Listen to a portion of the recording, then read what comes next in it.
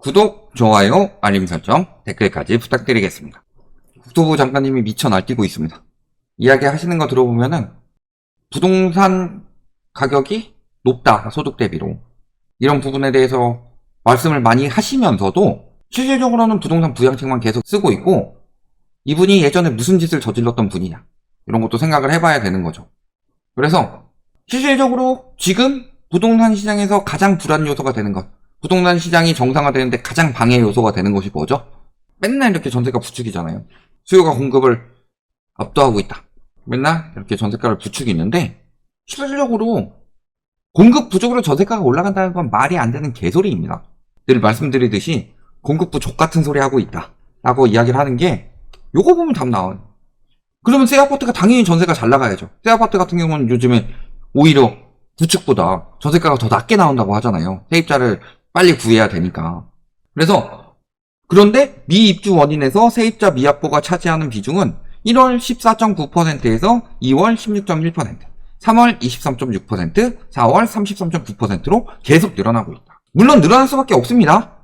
왜냐면 예전에는 세입자를 못 구했으니까 실거주 의무가 유예되면서 세입자를 구할 수 있는 적용되는 단지들이 늘어나니까 그런 영향은 있겠지만, 결국에는 전세 공급 부족이라고 하기에는 새 아파트 미입주 사유 중에 3명 중에 1명은 전세 입자를 못 구해서이고, 또 미입주율 자체가 올라가고 있는 걸 보면 세입자를 구하지 못해 미입주 사례가 증가하고 있다는 점을 고려하면 전세 공급이 가격 상승의 원인이라는 해석은 아니다. 이런 상황이면 전세가를 부추기지 말아야 됩니다.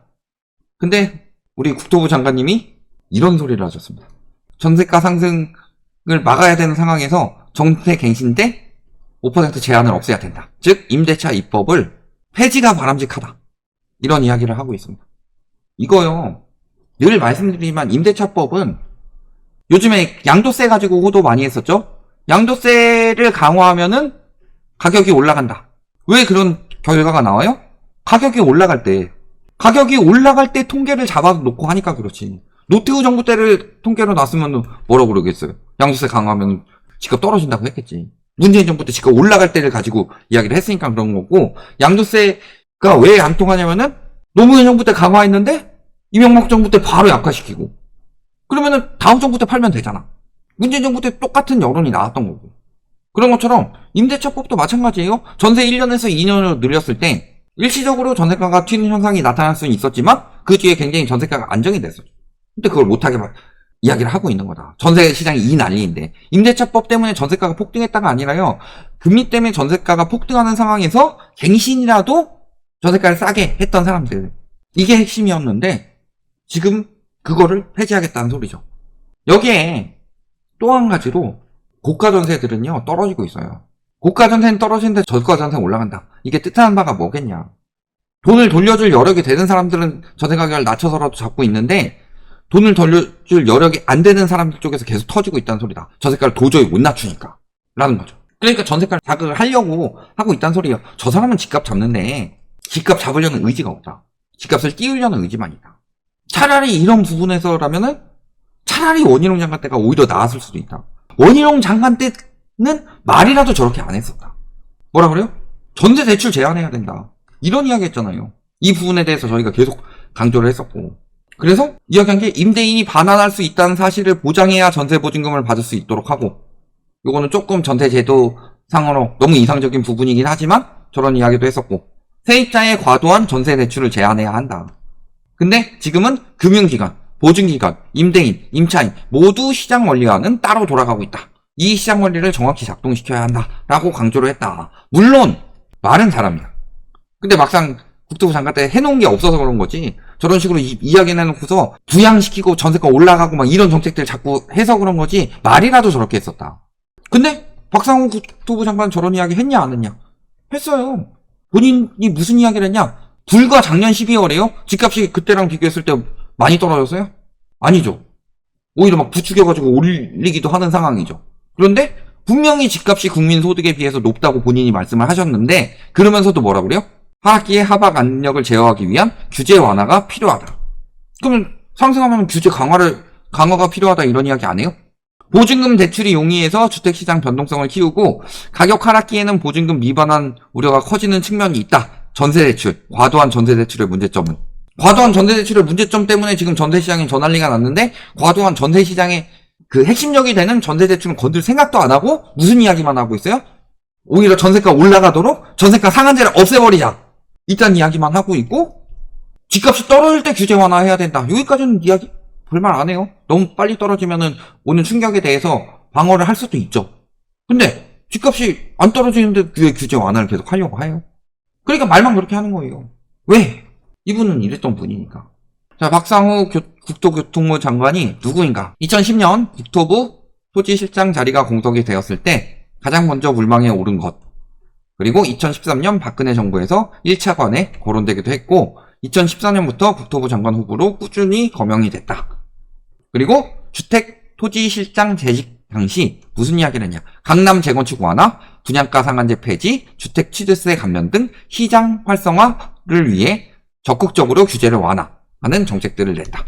자, 재건축 완화와 분양가 상한제 폐지.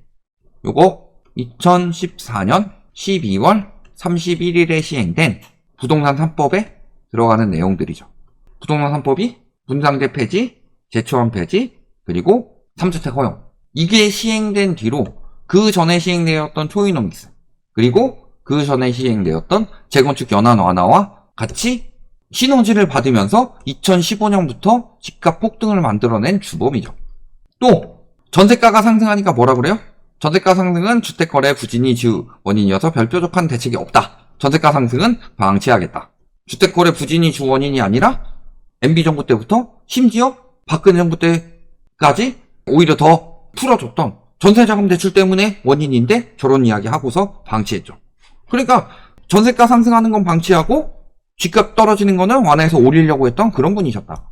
그런 분을 잘 꽂아 넣으신 거고, 근데 문제는 이번 정부에서는 실질적으로 말만 연착륙시키겠다. 말만 이렇게 집값 계속 부추기려고 하잖아요.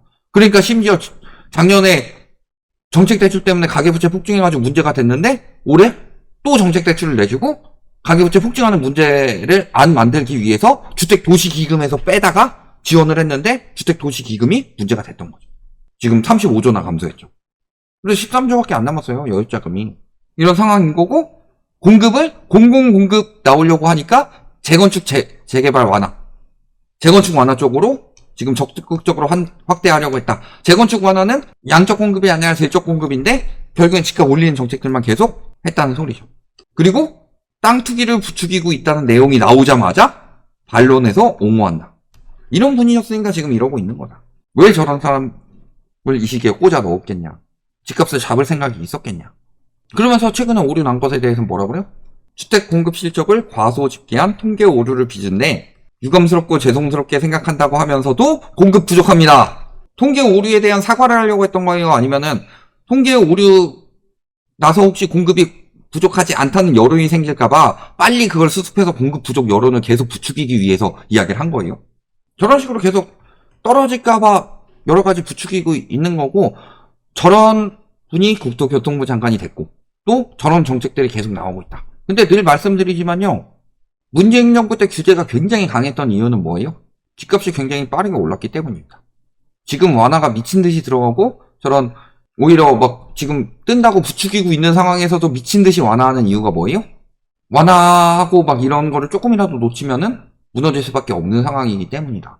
잘 생각해보세요. 그렇게 완화하던 박근혜 정부에서도 집값이 폭등할 것 같으니까 2016년 11월에 규제 정책이 나왔습니다. 그런 것처럼 규제가 계속 강화된다. 규제 강화되니까 집값이 올라간다가 아니라 집값이 이런 걸로 누를 수가 없으니까 규제를 더더욱 강하게 해야 되겠다. 그리고 지금 막 집값이 부양된다고 언론에서 이렇게 이야기를 하더라도 이거 삐끗하면 집값이 완전히 붕괴될 수밖에 없는 상황이다. 그러니까 더더욱 완화해야 되겠다. 이런 이야기들이 나오고 있는 거다. 이런 것들을 보시면은 지금 시장이 얼마나 미쳐 돌아가고 있는 시장인지가 답이 나온다. 다만 이렇게 깠음에도 불구하고 마음에 드는 정책 딱 한 가지는 있습니다. 뭐냐? 저 이번에 임대차 입법에 대해서 폐지 이야기를 하고 전세 사기 대책에 대해서 갑자기 반대한다고 해가지고 요 부분에 대해서 되게 미친 거 아니야? 이 생각이 들었는데 오히려 이 정책은 민주당이 이야기하는 것보다 좋습니다. 그래서 선구제 후 회수해가지고 민주당이 이야기하는 거는 선구제하고 이것을 경매를 통해서 후회수를 하자. 근데 요것보다는 저희가 늘 말씀드렸던 게 뭐예요? 공공이 경매에 참여해서 주택을 확보하고 공공임대주택으로 전환하는 것은 현행법으로도 언제든지 실현 가능하다. 그러니까 늘 말씀드렸지만 지금 그거를 당장 경매로 내가지고 회수하는 게 아니라 그걸 매입임대주택으로 써가지고 매입임대주택이 공공임대주택이 늘어나게 되면은 빌라포비아도 사라질 것이고, 그렇죠? 여기 저기 국가에서 이렇게 해준다. 그 다음에 국가에서 들어갈 돈이 얼마나 되겠어요? 그거 무게투기인데. 그리고 그 보장이 되면은 그런 데에서 아파트로 굳이 안 가고 빌라 그런 공공임대로 들어가게 되면은 세입자도 돈 받아서 나갈 수 있고 새로운 세입자도 바지사장 걱정 없이 안심하고 들어올 수 있죠. 그럼 전세 가격 안정하는 데 도움이 된다고 그랬죠. 이건 저희가 계속 이야기했던 부분이고 이 부분을 이제서야 이야기를 하고 있다. 그리고 근데 문제는 현행법으로도 얼마든지 실현 가능한데 왜 아직도 안 하고 있냐 이걸. 민주당이 저런 이야기까지 할 정도로 왜 기다리고 있었냐. 전세가 떨어뜨리는 거 안 원하고 있으니까 그런 거 아니냐. 근데 말은 이렇게 했으니까 요거라도 해라 라는 거고요. 반대하는 이유는 이렇게 이야기합니다. 무주택자들이 청약저축을 위해 잠시 맡긴 돈이기 때문에 이 돈으로 전세사기 피해자들 지원하는 것은 손실이 국민들의 부담으로 돌아가는 것이다. 그렇다면 왜 신생아 특례나 이런 것들에 대해서 주택도시기금을 써가지고 지원을 해가지고 2년간 35조나 빠져가지고 여유자금 13조밖에 안 나왔을 때 이런 부분에 대해서는 국토부 장관으로 한마디도 안 하고 조용히 하고 계셨냐. 이런 부분들은 분명히 보입니다. 그러니까 여러 가지 보시면 간단해요. 국토부 장관이 바뀌었죠. 왜 바뀌었냐. 시장이 삐끗하면 무너질 시장이기 때문에 국민들 눈치를 조금이라도 보면서 완화했다가 내가 나중에 대선 나갈 때 여론 안 좋아지는 거 아니야? 라고 생각하는 원희룡 전 국토부 장관에서 그런 거 신경 안 쓰고 건설사에게 굉장히 집중을 해가지고 유리한 정책들을 몰아주는 규제 완화에 혈안이 되어 있는 이런 국토부 장관을 세워놓으면은 규제 완화를 하는데 더 도움이 되겠다. 이런 상황이 되는 거고, 규제 완화가 이렇게 미친 듯이 들어간다는 것은요, 규제 강화가 미친 듯이 들어갈 때랑 똑같다고 그랬습니다. 예를 들어 2019년에 집값이 살짝 잡혔었죠. 2018년부터 2019년까지 집값이 살짝 잡힐 때도 규제 강화가 기존은 유지가 됐죠. 왜? 까딱 잘못하면 다시 칠 수 있으니까. 그런 것처럼 지금도 정책 대출로 유동성을 계속 부동산 시장에 불어넣어서 겨우 버티고 있는 거지만 그것만 끝나면은, 근데 주택도시기금이 없죠 지금. 그것만 끝나면 무너질 상황이에요? 그것만 끝나면 무너질 상황이기 때문에 지금 미친듯이 완화를 하고 있는 거고 미친듯이 전세가를 부추기고 있는 거다. 그렇다는 것은 지금 상황이 어떻게 흘러가고 있는 것이고, 특히 올해 지금 3월부터 가계부채가 늘어나기 시작했는데 올해는 대출 총량 규제에 있다고 그랬습니다. 2021년에 지금보다 약한 총량 규제가 들어갔을 때 집값이 어떻게 됐느냐를 생각을 해봐라. 여기까지 보시면 부동산 시장이 지금 얼마나 절벽 앞에 와 있는지 답이 나온다. 여기까지 말씀드리겠습니다.